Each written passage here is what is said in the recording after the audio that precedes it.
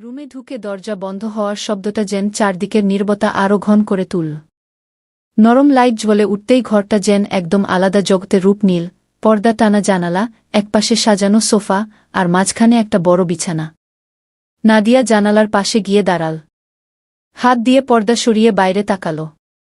ঢাকা শহরের সকালের আলো আস্তে আস্তে ছড়িয়ে পড়ছে, কিন্তু তার চোখে ছিল ভিন্ন ঝিলিক। রাত তখন ঠিক 10টা। চট্টগ্রামের বাস টার্মিনালে মানুষজন ভিড় করছে, প্রত্যেকেরই গন্তব্য আলাদা। সেই ভিড়ের ভেতর থেকে দুইজন চেনা মুখ একসাথে এগিয়ে গেল ঢাকাগামী এসি বাসের দিকে। জিসান আর নাদিয়া।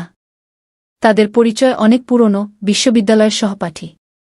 ক্লাসের গ্রুপ প্রেজেন্টেশন, লাইব্রেরিতে একসাথে বসা, ক্যান্টিনে চায়ের আড্ডা, এই সব কিছু একসময় তাদের বন্ধুত্বকে খুব কাছাকাছি নিয়ে এসেছিল। কিন্তু পড়াশোনা শেষ হবার পর দুজনেই ব্যস্ত হয়ে পড়েছিল নিজ নিজ ক্যারিয়ারে। যোগাযোগ কমে আসতে আসতে একসময় পুরোপুরিই বন্ধ হয়ে গিয়েছিল। হঠাৎ করেই এক অফিসিয়াল ট্রেনিংয়ের জন্য চট্টগ্রামে আসতে হয়েছিল নাদিয়াকে। আর সেখানেই কাকতালীয়ভাবে দেখা হয়ে গেল জিসানের সাথে। প্রথম দিনের সেই আকস্মিক সাক্ষাৎটা কেমন যেন মনের ভেতর লুকানো আবেগকে জাগিয়ে দিল। 3 দিনের প্রশিক্ষণ কেটে গেল দুজনের হাসি, কথা আর স্মৃতিচারণায়। আর তৃতীয় দিনের রাতে তারা সিদ্ধান্ত নিল একসাথে ঢাকায় ফিরে যাবে। বাসে উঠে জিসান আর নাদিয়া বসল একদম শেষের সিটে। সিটটা খানিকটা আড়াল দেয়, পেছনে আর কেউ নেই, জানালার পাশে মোটা পর্দা ঝুলছে। ভেতরে নরম আলো, চারদিকে শীতল এসির হাওয়া। বাইরে গভীর রাতের অন্ধকার। নাদিয়া জানালার বাইরে তাকিয়ে মৃদু হেসে বলল, অদ্ভুত না? এতদিন পর হঠাৎ দেখা, আর এখন আবার একসাথে এমন কাছে বসা। জিসান নীরবে তার হাত চেপে ধরল। আঙুলের ভেতর দিয়ে উষ্ণতা ছড়িয়ে গেল। কাছে এসেছি তো, এবার আর দূরত্ব রাখার কোনো মানে হয় না, জিসান বল ধীরে। নাদিয়ার গাল লাল হয়ে উঠল। সে চোখ নামিয়ে নিল, কিন্তু হাত ছাড়াল না। ভেতরে যেন অচেনা কাঁপুনি বাজতে লাগল। বাস তখন ধীরে ধীরে রওনা দিল। চাকার ঘর্ষণে হালকা কম্পনে চারপাশ নিস্তব্ধ হয়ে এল। যাত্রীরা একে একে ঘুমিয়ে পড়ছে। আলো আরো ম্লান হল। এই নীরবতার মধ্যে জিসান মাথা রাখল নাদিয়ার কাঁধে। আমাদের মাঝে এতদিন দূরত্ব ছিল কেন জানো? জিসানের কণ্ঠস্বর ভাঙা, আবেগে ভেজা। নাদিয়া চোখ বুজে ফিসফিস করে বলল, তুমি চাইলে তো একটা চিঠি লিখতে পারতে। আমি অপেক্ষা করেছিলাম। তার কণ্ঠে জমে থাকা অভিমান স্পষ্ট। সেই অভিমান শুনে জিসান আর স্থির থাকতে পারল না। সে আস্তে মুখ ঘুরিয়ে নাদিয়ার গালের কাছে এগিয়ে গেল। ঠান্ডা স্পর্শে নাদিয়ার শরীর কেঁপে উঠল। তার বুকের ভেতর যেন ঢেউ খেলতে লাগল। জানালার ফাঁক দিয়ে হঠাৎ একটা লাল রাস্তার আলো এসে পড়ল তাদের মুখে। আলোধারীর খেলার মধ্যে দুজনের দূরত্ব মিলিয়ে গেল এক মুহূর্তে। নিঃশ্বাস ঘন হয়ে উঠল, সময় থমকে গেল। নাদিয়ার ঠোঁটে হালকা কাঁপন, চোখ নামিয়ে রাখলেও গোপন টানটা লুকানো গেল না। জিসান ফিসফিস করে বলল, আজ চাই শুধু এই পথটা শেষ না হোক। নাদিয়া হেসে মাথা রাখল তার কাঁধে। আমিও চাই যেন এই রাতটা থেমে যায়। তাদের হাত একে অপরের আঙুলে গাঁথা হয়ে গেল। দুজনেই কিছুক্ষণ নিঃশব্দে বসে থাকল। শুধু হৃদস্পন্দনের শব্দ মিশে যাচ্ছিল চারপাশের নিস্তব্ধতার সঙ্গে। বাস মাঝে মাঝে হালকা ঝাঁকুনি দিচ্ছিল। সেই কম্পনের সাথে সাথে নাদিয়া আরও কাছে সরে এল। তার মাথার চুল উড়ে এসে জিসানের মুখ ছুঁয়ে যাচ্ছিল। জিসান চুপচাপ সেই গন্ধে ডুবে যাচ্ছিল, যেন বছরখানেকের শূন্যতা ভরে উঠছে এক মুহূর্তে। নাদিয়া আস্তে ফিসফিস করে বলল, জিসান, তুই জানিস, আজ মনে হচ্ছে আমি আবার নতুন করে বেঁচে উঠেছি। জিসান তার হাত চেপে ধরে বলল, তুই সবসময় আমার ছিলি, শুধু আমরা হারিয়ে গিয়েছিলাম। সামনের সিটে তখন সবাই ঘুমিয়ে পড়েছে। বাসের ভেতরে আর কোনো শব্দ নেই, কেবল জানালার বাইরে দূরের হাইওয়ে লাইটের আলো ঝলকানি। সেই আলোছায়ার খেলায় তাদের দুজনের মুখ আরও কাছাকাছি চলে এল। হঠাৎ করে বাসের হেল্পার এসে মিনারেল ওয়াটারের বোতল দিয়ে গেল। নাদিয়া একটু সরে গেল, চুল ঠিক করল, আঁচল টেনে নীল বুকের উপর। কিন্তু জিসানের চোখে তখনও একই টান, একই অস্থিরতা। হেল্পার চলে যেতেই আবার নিস্তব্ধতা। এবার নাদিয়া নিজেই হাত বাড়িয়ে ধরল জিসানের আঙুল। একেবারে দুভাবে। তার ঠোঁটে মৃদু হাসি, কিন্তু চোখে ছিল না বলা অনেক কথা। জিসান ফিসফিস করে বলল, নাদিয়া, আজ মনে হচ্ছে এই রাতটাই আমাদের গল্প লিখছে। আমরা শুধু চরিত্র। নাদিয়া মাথা ঝুঁকিয়ে বলল, তাহলে চাই এই গল্পের কোনো শেষ না হোক। বাস চলতে থাকল, রাতের অন্ধকার ভেদ করে। জানালার বাইরে শহর শহর পেরিয়ে যাচ্ছিল, আর ভেতরে জেগে থাকছিল দুজন মানুষের মনের গভীর টান, যে টান কোনো গন্তব্যে গিয়ে থামতে চায় না। ঢাকার উদ্দেশ্যে বাস যখন চলছিল তখন রাত গভীর হয়ে এসেছে। অন্ধকার হাইওয়ের ভেতর দিয়ে ছুটে চলা বাসের আলোধারী তাদের দুজনকে এক অদ্ভুত স্বপ্নে বেঁধে রেখেছিল। নাদিয়া জানালার বাইরে তাকিয়ে থাকলেও তার চোখের ভেতর ছিল এক অদৃশ্য টান, যেটা তাকে বারবার টেনে নিয়ে যাচ্ছিল জিসানের দিকে। জিসান নিঃশব্দে তাকিয়েছিল তার মুখের দিকে।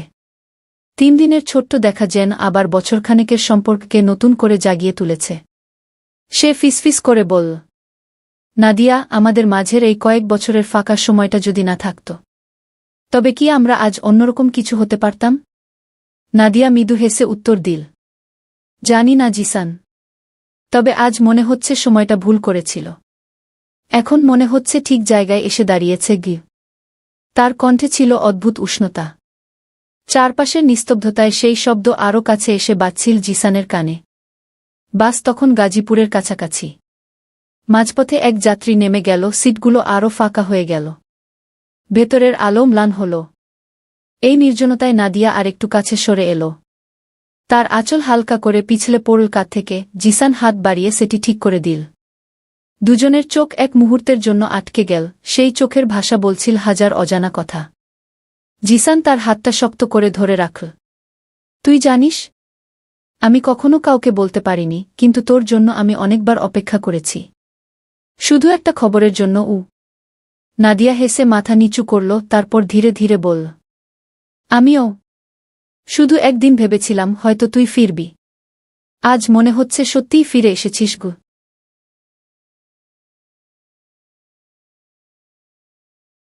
এই কথায় জিসানের বুকটা হালকা হয়ে এলো। সে নাদিয়ার দিকে একটু ঝুঁকল। দুজনের শ্বাস মিলেমিশে যাচ্ছিল।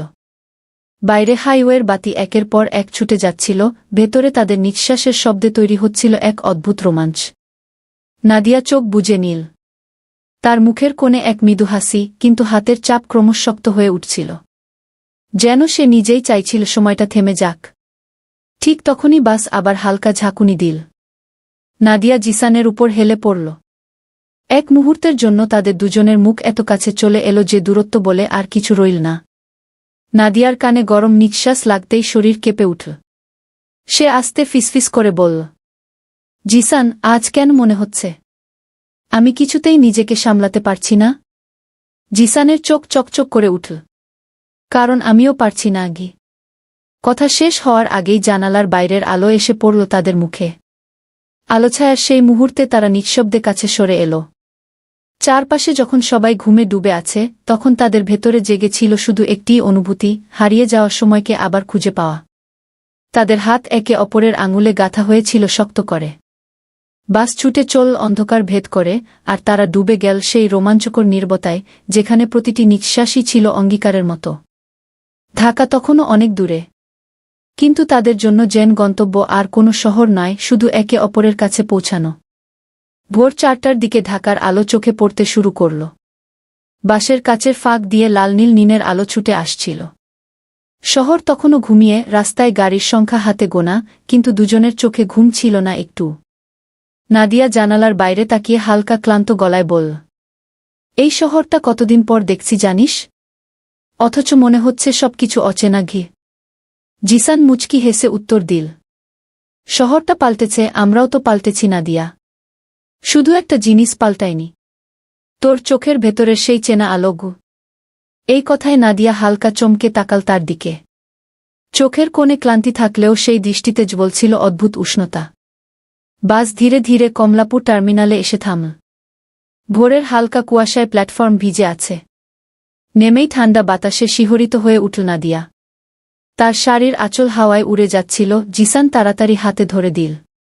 স্পর্শটা এতটাই নরম আর অচেনা যে নাদিয়ার বুকের ভেতর কেঁপে উঠল। জিসান জিজ্ঞেস করল, এখন কোথায় যাবি? এত ভোরে তো বাসায় সরাসরি যাওয়া অস্বস্তিকর হবে গু। নাদিয়া একটু দ্বিধায় মাথা নিচু করল। তার চোখে যেন এক মুহূর্তে অনেক প্রশ্ন ভেসে উঠল। তারপর আস্তে বলল, হয়তো কাছেই কোনো হোটেলে কিছুক্ষণ বিশ্রাম নিলেই ভালো হয় গি। কথাটা বলেই নাদিয়া মুখ ফিরিয়ে নিল, জেন নিজের কণ্ঠস্বর সে নিজেই বিশ্বাস করতে পারছে না। জিসানের চোখে তখন অন্যরকম ঝিলিক। সে শুধু মৃদু স্বরে বলল, চল, আমি আছি তো। দুজনেই রিকশা নিয়ে কাছের একটা হোটেলে গেল।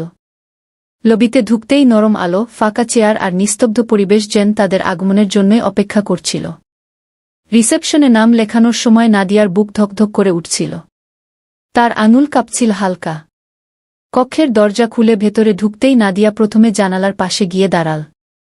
বাইরে ঢাকা শহরের ফাঁকা রাস্তা, দূরে ভোরের আলো ধীরে ধীরে ছড়িয়ে পড়ছে। সে নিজের আঁচল শক্ত করে টেনে নীল বুকে, যেন ভেতরের কাঁপুনি আড়াল করতে চাইছে। জিসান পেছন থেকে আসতে বলল, এত দূরে সরে দাঁড়াস কেন নাদিয়া?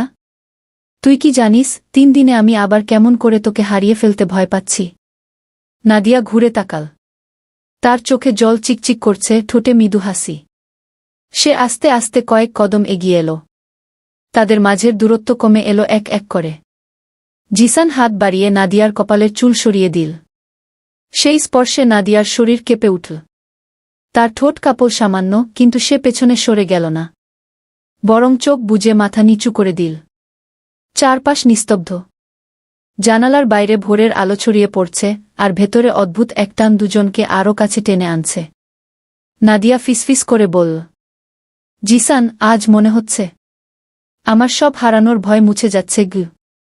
জিসান তার হাত শক্ত করে ধরে উত্তর দিল, হারাবি না নাদিয়া, তুই আমার কাছেই থাকবি। তাদের চোখ একে অপরের চোখে আটকে গেল। নিঃশ্বাস ঘন হয়ে উঠল, সময় থমকে গেল এক মুহূর্তের জন্য। বাইরে ভোর জেগে উঠছে, আর ভেতরে জেগে উঠছে বহু বছরের চেপে রাখা আবেগ, অচেনা এক রোমাঞ্চ। রুমে ঢুকে দরজা বন্ধ হওয়ার শব্দটা যেন চারদিকের নীরবতা আরও ঘন করে তুলল। নরম লাইট জ্বলে উঠতেই ঘরটা যেন একদম আলাদা জগতে রূপ নিল। পর্দা টানা জানালা, একপাশে সাজানো সোফা, আর মাঝখানে একটা বড় বিছানা। নাদিয়া জানালার পাশে গিয়ে দাঁড়াল। হাত দিয়ে পর্দা সরিয়ে বাইরে তাকাল। ঢাকা শহরের সকালের আলো আস্তে আস্তে ছড়িয়ে পড়ছে, কিন্তু তার চোখে ছিল ভিন্ন ঝিলিক। জিসান দরজা বন্ধ করে কিছুক্ষণ দাঁড়িয়ে শুধু তাকিয়েই রইল তার দিকে। এত বছর পর নাদিয়াকে এত কাছ থেকে দেখা, আর তাতেও এই ভোরের আলোয়, সে যেন বিশ্বাসই করতে পারছিল না। নাদিয়া কি? জিসানের কণ্ঠে অদ্ভুত কাঁপুনি। নাদিয়া ধীরে ঘুরে তাকাল। তার চোখে লাজ, ভেতরে ঢেউয়ের মতো আলোড়ন। সে বলল, মনে আছে বিশ্ববিদ্যালয় শেষ দিনে তুমি আমার হাতে একটা বই দিয়েছিলে? জিসান মাথা নেড়ে হেসে উঠল। কিভাবে ভুলব? সেই বইয়ের ভেতরে চিঠি রেখেছিলাম। কিন্তু তুই পড়েছিলি তো? নাদিয়া মৃদু হাসল, ঠোঁট হালকা কাঁপছিল। পড়েছিলাম। তখন ভেবেছিলাম যদি সেদিন তুই সরাসরি বলিস, আমি হয়তো উত্তরটা দিতে পারতাম। এই কথাগুলো শোনার পর হঠাৎ নীরবতা নেমে এলো। দুজনেই চুপচাপ একে অপরকে তাকিয়ে দেখছিল। যেন আটকে রাখা সব কথা এক মুহূর্তে ভেসে উঠছে চোখে।